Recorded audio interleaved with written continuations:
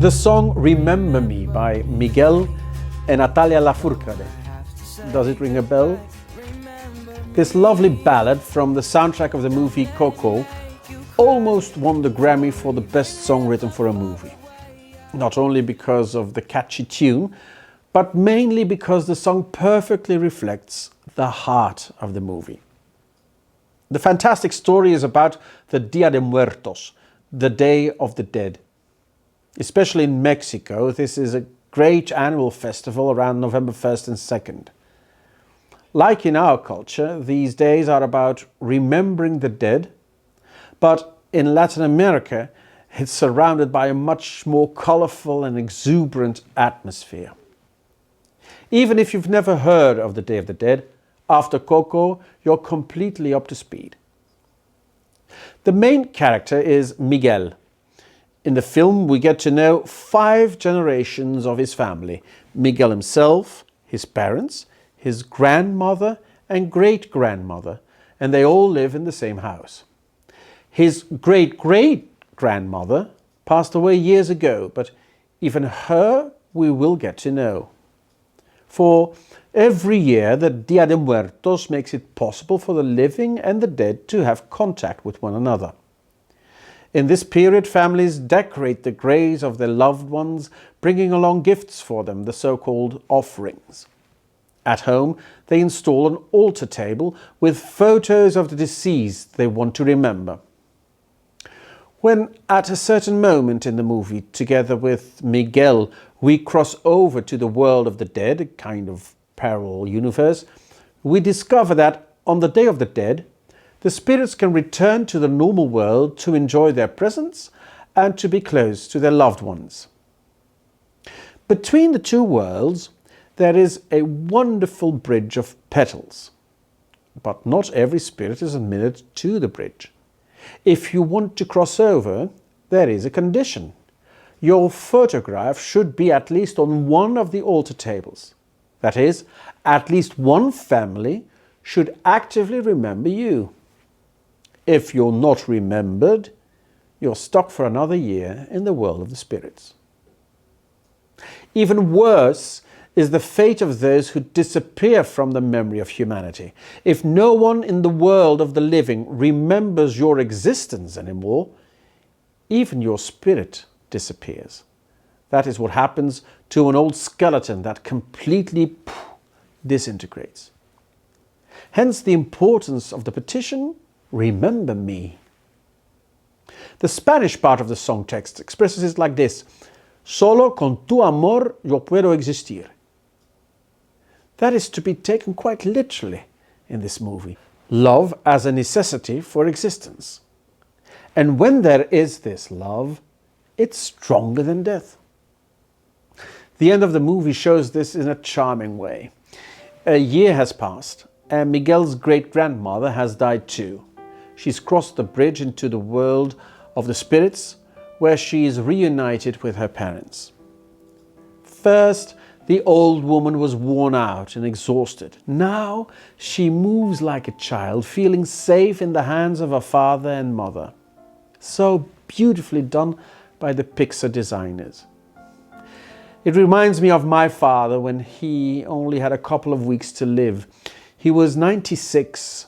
And he was the last survivor of a family with 12 children.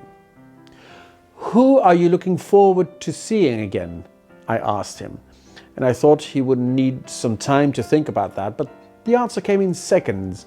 "My mom," he said. I've never met my father's mother. She died in the early 60s.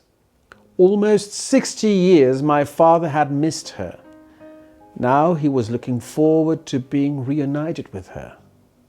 For so many years he had been the oldest everywhere he came, a proud father and grandfather. Now he was looking forward to be a child again, jumping into the arms of his mother. I think this appeals to a longing we share with every single person in the world, to stay connected to our beloved deceased. And remembering plays a crucial role in that. Remember me. Just as I'm writing this text, I see a catching title on a news site commemorating a professional cyclist who died during a race. Wouter Weiland lives in our memory, it says. The title is proof of respect and affection, love even, because what else is love than allowing the other to enter into your life, your thoughts and your person? Yet, this news title comes nowhere near the story Coco. About the cyclist, the article says that he lives in our memory. That's a one-way street. We remember him. In the film, we witness a two-way street. The living remember the dead, and the dead remember the living. Think of poor Hector, who so dearly wants to be reunited with his family. It's a wonderful image of the love that is not content with the one-way street. Yes, our beloved ones live in our memory, but do they also remember us, even now they are dead? When people ask me about my vision of the afterlife, this is more or less my answer. I know that my father and I loved one another. I know I still love him, even now he's dead. And at the same time, I believe that death hasn't changed anything to his love for me. Sometimes I feel I can even still experience his love for me and look forward to being reunited with him in this love. You would think that's the Christian vision of the afterworld. But actually, Christian faith goes even further than that. Certainly further than the story of Coco. Because even the touchingly beautiful reunion in the world of the dead cannot prevent people from dying a second time eventually. Every spirit disintegrates when no one in the world of the living has a memory of it, remember? Once again, a farewell.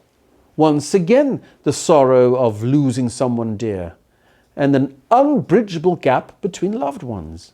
Now, Christians believe that no one is ever completely forgotten. There is one who never forgets. God, he's called. I think it's one of the most beautiful ways of describing God, the one who remembers every person, good and bad, smart and stupid, handsome and ugly, everyone, without end.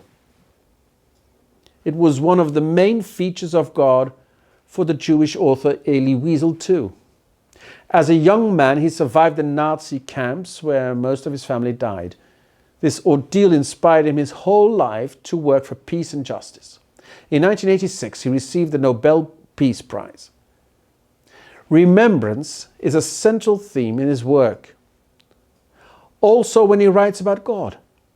He says, for instance, after all, God is God because he remembers. This is such a central thought in the biblical texts that there is a Hebrew first name expressing it, Zachariah. Think of Zac Efron, for instance. His name means God remembers. It is possible to disappear from the memory of man, but never from the memory of God. I will not forget you, God says in the book of Isaiah. See, I have engraved you on the palms of my hands.